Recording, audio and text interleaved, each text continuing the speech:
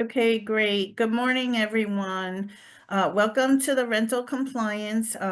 Rental compliance is one of the biggest issues that we seem to have, most offices, not just our company, but others, because there's so many different facets to this. We're going to go over these today. The first section is just going to cover Fair Housing Act. The second will cover lead paint. The third will be the flood risk notices. And the fourth will be making sure that we are compliant in .loop, the truth in renting, and the town compliance certifications. Okay. It's not moving. Oh, here we go. Wait a minute. Oh, I don't know why it's not moving. Take that off. You see that? Huh? Press enter.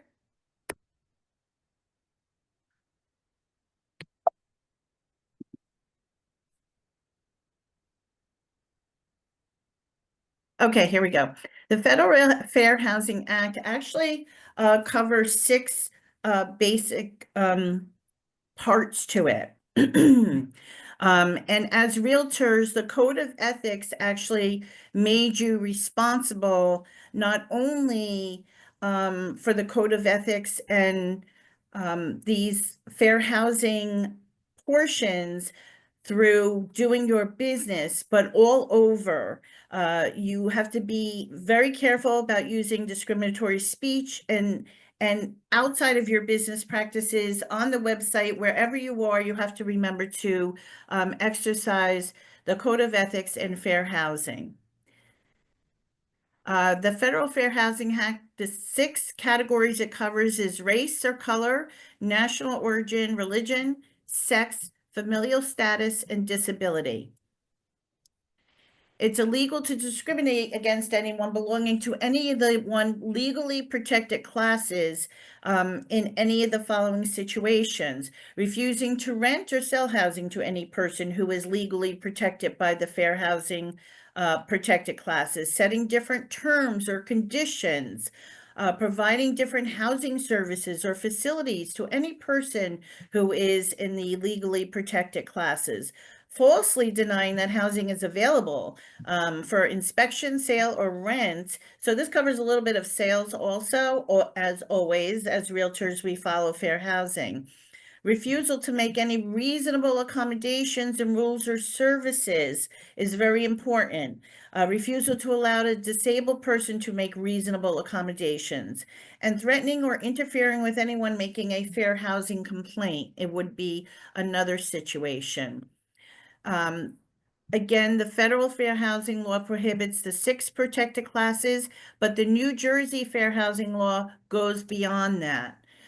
In New Jersey, we have to not only go race, creed, color, national origin, sex, gender identity or expression, marital status, civil union status, affectional or sexual orientation, familial status, pregnancy or breastfeeding, actual or perceived, physical disability, ancestry, nationality, domestic partner status, source of lawful income used for mortgage or rental payments, or liability for service in the, I think that says the armed forces. I can't see it right at this. Yes, it is. Yes, okay. So New Jersey takes it to the next level. And as we all know, we have taken it to the next level with every piece of documentation, that we are doing to really, this is all about protecting the consumers that are out there. I'm not going to go over the reasonable accommodation mandate because, like I said, we have a few other things we need to cover today, and the last time this was an hour presentation. So there are some examples in there, and when you get the video, you'll be able to see them. Some suggestions, if you're questioning, like sometimes you don't even realize that you are not treating someone fairly. NAR has what's called the Fair Haven, a fair housing simulation. I've done it twice already. And you go through and you have to make decisions as you're going through it. I believe that it is free, so you don't have to pay for it. But I think it's a really important thing that you can do to help yourself to make sure you're checking all the balances, the checks and balances of this. The next thing is they also provide bias override. Like sometimes we have biases that we exhibit just because we grew up a certain way, or, it's just been ingrained in us, and you don't even realize that you're not doing these things. Your brain is taking, making you think of something, and it's really taking you off the course of where you need to be. So that is another class, or just a webinar that you could do that I think would be very helpful. And it serves as a good reminder. Listen, education is always a great thing. Next, they also offer the At Home with Diversity class. Learn to work effectively and within total diverse real estate markets. And we all work in a very diverse markets today, which I think we can all agree on that. So we want to make sure that we're treating each person fairly. We want to make sure that our advertising is diverse. We want to make sure, that our clients understand that we as realtors can't discriminate for any reason. Basically is what it comes down to, right? Next, we're going to go into the lead-based paint certification and disclosure. So there's a few things with this I just want to bring up to you. As a reminder, we all know that we have to do the lead-based paint form if a property is built prior to 1978. It must be completely filled out, or failure to do so could result in an $11,000 fine. Now, in addition to this, there is now, this is a lead-based paint form. Please make sure you're checking all of these boxes. One on letter A, one on letter B, and plus your client is initialing C and signing it. It is $2,000 fine for each field that is left untouched. You must, with a total of up to $11,000. Now, all rental dwelling units built prior to 1978 must comply with the law, which was effective July 22nd, 2022, and have a lead-based paint certification, which is required upon tenant turnover. The method of inspection for each municipality is available below. So if we clicked on these links, the New Jersey Division of Community Affairs has the information about the lead-based paint certification that is required with rental units. Of course, many of you can surmise, these things come up, in different areas. It's for the entire state, but each inspection is different based on the amount of cases, I am sure, that have been reported for lead-based paint in the municipality. So on this slideshow also, there's a link for the municipal list and whether you have to have a visual or dust wipe inspection. Now, when the Division of Community Affairs made this law, they said, listen, we're doing this to protect the consumer. We need to make sure that we are being careful.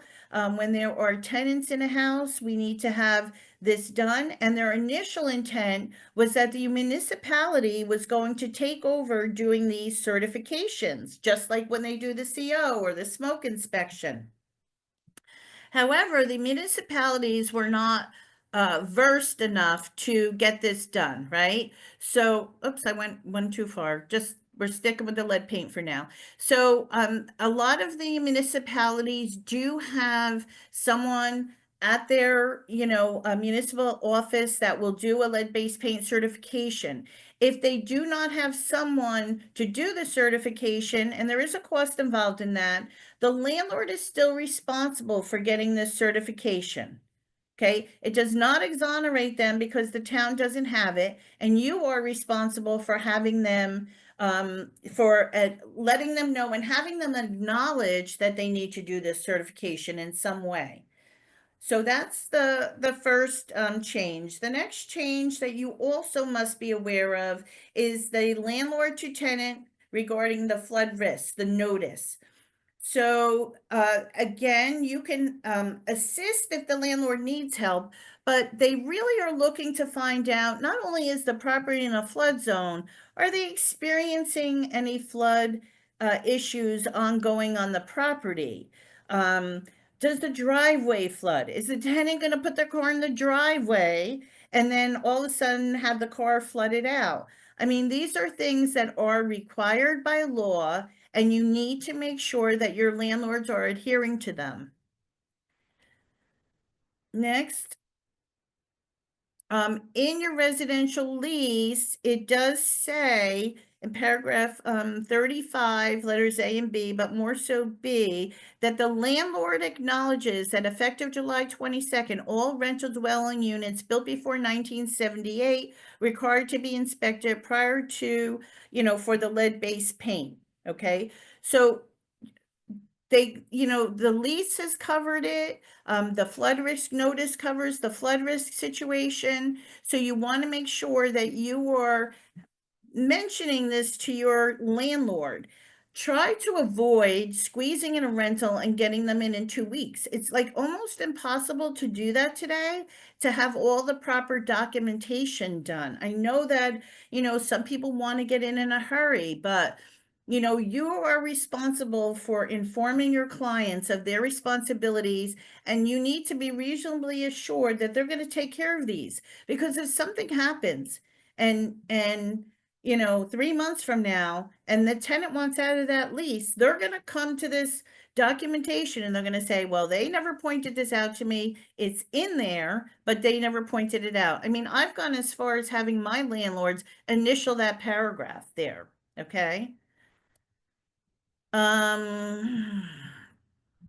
Also, what you need to do is, if you have a property that a investor is buying, and they intend on renting it out, or they may not rent it out right away, but they may decide to do that in the future, you have an obligation to notify that buyer that if they're going to be renting it out, that they're going to need to have the lead paint inspection on it upon tenant turnover. I'm sorry, not inspection, but certification upon tenant turnover. So, you don't want them to 2 years from now say, well, I bought it, I fixed it up, and now I'm going to rent it out. And then they go through all this with the town and they turn around and say, hey, Fran, you never told me that. Adona's laughing. Maybe she's done this before. No, just kidding. So you have to cover all your bases, and here that is on line 253 in the contract of sale, where it talks about rental dwelling inspections. Okay. Next. We have .loop is finally up and running. It seems to be running really well, knock wood. Let's make sure that we are really trying to, if something happens, you need to let your manager know, but I can rest assured that we are not up in the middle of the night deleting forms from .loop to make everybody crazy. Okay, a few weeks ago, we lost the lead paint form in every single file. I mean, we haven't been able to figure out what is going on, other than maybe it's their update that's doing it, but we really need to make sure that we are complying. So when you create your loop, the best way to make sure you're getting all the documents, and I'm not going to do a whole .loop presentation for you, is to create your loop. And for the rental listing, pick the landlord loop. All the required documents marked required are required. Add your people. When you're preparing your lease, you pick the tenant loop. The lead-based paint booklet must be, the lead-based paint booklet has a place in the back of it to sign, I believe, now. And the truth in renting book, the lead-based paint booklet has an initial spot in the back of it, okay? The truth in renting book, which is new, the updated version is in our .loop files, also has a place to be signed at the very end. So if you're creating your loop the right way, these two spaces, if there's one landlord or two landlords, should automatically populate for the landlord's signature in there. Okay, so you want to make sure that you create your loop the right way so that you're not missing documents, and try to really avoid adding your own documents. We've set it up so that you can be assured that the required documents are in there. All right. Next, I don't even know what time it is. I'm kind of going through this so quick. The town certifications and other compliance. The certificate of occupancy, certificate of continued occupancy, smoke and fire inspection, landlord to tenant flood risk notice, and the lead paint certification for rental units built prior to 1978, and the visual or dust wipe inside and out based on municipality. I would try to get whatever kind of documents you can and put them in your .loop file, okay? Even if they're emailed to you, they're very easy to load into the file. We recently had a situation where Donna got a phone call on a rental property asking to see the certificate of occupancy. Some towns do a certificate of occupancy, some do certificate of continued occupancy, or CCO. Most towns do require the smoke and fire inspection, and there may be changes coming down the road with that because they've kind of decided that they don't want they'll always have to have the smoke inspection, but the fire extinguishers for right now are still required with most municipalities. That could be changed. They kind of figured that it's not a really great idea to have people trying to stand around and put out their own fires with a fire extinguisher, that they should evacuate the building. So that rule may change like within the next month or two officially. I think it has been agreed upon, but I don't think we've received anything about that. The lead paste paint certification for rental units built prior to 1978. And when you are doing your lead paint certification, please remember, I recently had a 2-family done. The inspector said, I can do the first floor also while I'm here, but I want you to know and to tell your landlord that this is done on the inside and the outside. So if you're getting your property landlord ready for this inspection, whether the town will do it or you have to give them a name for someone to hire to do it, tell them that they will be looking around the outside of the property also. You know, if someone rents a second floor apartment but goes down to the basement to do laundry, they're going to be looking at everything. You know, you don't want paint chips anywhere. If they find paint chips, they're going to have to be removed by a certified lead-based paint person who removes that, and it's going to be much more expensive than just, you know, sweeping or cleaning up the area, painting, touching up. I'm not saying that you should be deceitful, by no stretch of the imagination, but do let them know what the inspection will entail when they're coming to inspect it. And hopefully you can get a copy of this and put it in your file. Okay, I really went fast through this. So, do we have any questions? Yes, I've got one. When tenants turn over, do you need a CO for it every time a tenant turns over? Yes, you need a certificate of occupancy or certificate of continued compliance. Some of them call them CCC. The town, yes, every time a tenant turns over, you should have that done. Now, the lead-based paint certification may be good for more than one tenancy, but you'll have to see what their certificate says when you get it. I have a question. Does this apply to seasonal rental properties? Seasonal rental properties, to the best of my knowledge, are not included in this requirement as of right now. And they wanted this done, just so you know the history of this. This is like, I know it's a pain in the neck, but it is a blessing in disguise. They wanted this lead-based paint certification done on every sale. And New Jersey realtors fought that and got it to be for the rentals. So I wouldn't doubt that somewhere in the near future, it will come back again. There are also, you should check with the town. So if you're doing a rental and apartment building, they may have gone through already the process of being lead paint certified altogether, so the building may get some kind of an exemption from that. I had one of those in Wayne where I was, requesting the landlord get the certification, and checking with the town, they said that building was lead paint certified, so we didn't have to get the certificate. I asked for what they had to send me a copy of it, so I had it in my file. Any other questions? Fran, not a question, but can you also let them know regarding investors buying two-family homes and the importance of them letting them know about the lead paint inspection prior to them closing or even going under Oh, contract?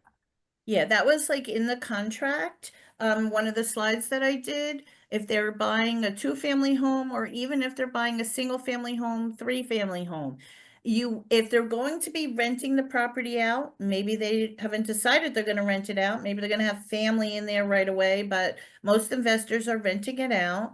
They're going to need to know that this lead-based paint certification and the flood risk notice is required. We don't want them being surprised 6 months from now when they go in and fix up the house, and then they ask you to rent it out, and you say, oh, you need to get this certification now. It is in the contract of sale. It is there for a reason, so that the consumer can be protected on their investment, and that everyone knows what the situation is right up front. You really want them to know that information and point it out to them before you go into attorney review. Let them know what the responsibilities are going to be. Any other questions? Does that cover Yeah, it, I Adele? have a question, if I can. This is Irene. So what if a tenant is a Section 8 client, and could they still be turned down for not qualifying based on an NTN or a application? Okay, so, I wanted to touch base on something on the NTN today, and I actually, that was a reminder. You have to have your landlord evaluate all their possible candidates in the same way, right? So you always want to make sure that if someone calls you, you say, yes, we do accept Section 8. They have to fill out the application and go through the process that everyone else does. When your client isn't when your client is evaluating the applications, you can still request that, someone who is applying or has a Section 8 approval does still need to do the NTN. You don't have to exclude them from doing that, but they should do that. So you have to really look at the whole picture of the proposed tenant and make your decision with your landlord based on who is the best tenant. I had a landlord recently within the last 2 years accept a Section 8 tenant, and he said, Fran, it's like the best thing I did, because for years I've had trouble getting paid, so it made it easy. The other thing I wanted to bring up about the NTN report, on the bottom of the form, and as realtors, okay, we do not have the right to get the background check done until the owner or the landlord has made a decision to rent to the potential tenant. An offer letter, and it says right on the bottom of the NTN form, the realtor is basically saying that the landlord has made an offer to the tenant. Before you can go ahead and run a background check, if you want a background check, you should just not be running background checks on everyone. It is not allowed. You have to have an offer to rent the apartment to the tenant and then take it to that next step. Do I have that right, Adona? Because I believe that's on the bottom of the NTN form. That is correct. Yeah. I have a Anyone else? question then. Mm-hmm. So so you send the NTN link to these, proposed tenants. Where do we click that it, wouldn't do a background check? You wouldn't send that further. I actually have never done it. I haven't had an owner ask for a background check once we have everything else. But I think there's the bottom portion of the form that needs to be completed, and that Oh, would like be, to where they send you the results? yes. So we just, so NTN's gonna run it anyway, but we just don't need it. Is that what you're saying? No, I don't think that they run it unless it's, you're saying that you have given the tenant an offer to rent the apartment and now you want to do the background check. I don't know, Adona, can you bring up It's that an form? additional search, Caitlin. So the background, the NTN report is just like a general report. It gives them a credit score if that's satisfactory to the landlord, and they want to further do like a background check where, you know, more detailed, that's going to be the extra step. So the one that you're currently doing, that's fine. It doesn't give you the full background check. Oh, okay. So that link is okay. Yes, it's just saying Okay. that there's an some agents are asking us that the landlords are requesting a background check prior to them accepting the tenant. Okay. And we as realtors cannot do that until the applicant has been Offered. offered the Yeah. acceptance. Okay, and then one more question. I have been getting a lot of potential tenants that have evictions on their report. Is there some kind of guidance you can give us? Because, you know, it's going to be very hard to get these people accepted because they're recent evictions. Is there some kind of guidance you can give us about that? That's a tough one. Cosign, that's a really, really tough one, Caitlin. Probably Okay.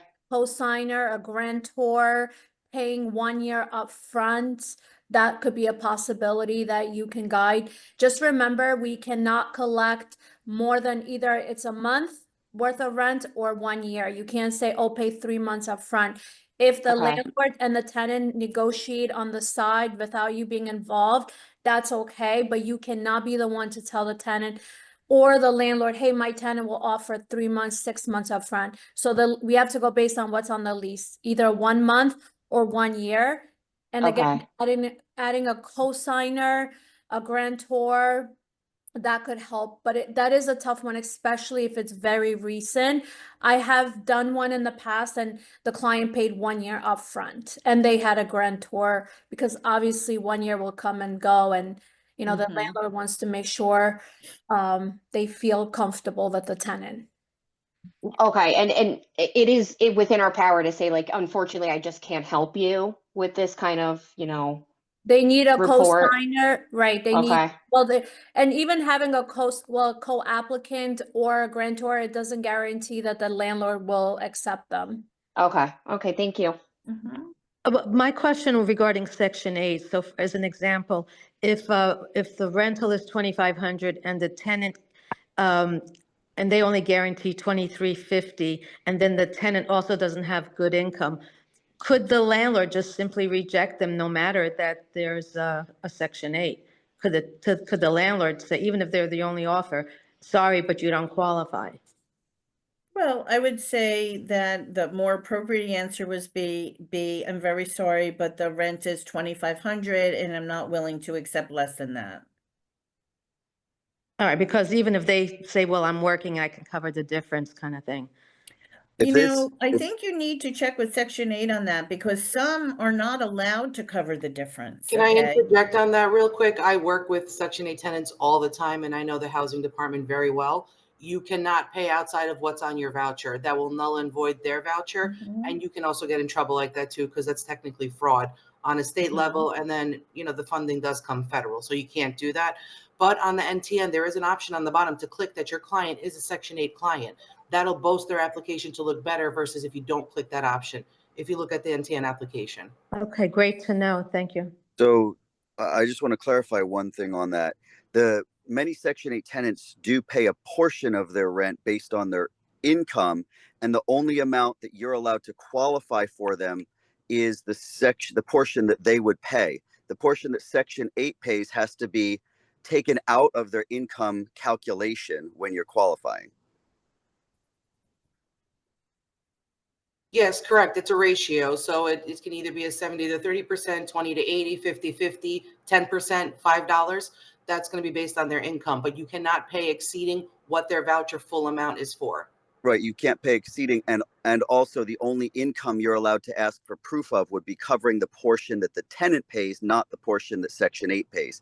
So even if the tenant only makes $500 a month, you can only, you can use that if they pay a portion, but if they're not paying a portion, then their income becomes irrelevant. Unfortunately, no, that's not the case. They still have to cover expenses as far as utilities. You still have to request verification that they can have a normal existence of life, meaning paying gas, electric, should water be included, food, just Right. But standard things. if you're using a 2.5x calculation, it can only be on the portion that Section 8 is not covering. Yeah, that's why NTN has that option to click on the Section 8 on there, so it'll verify it and be able to run it that process as well. Okay, that's great information. Yeah, to thank you. know, for sure.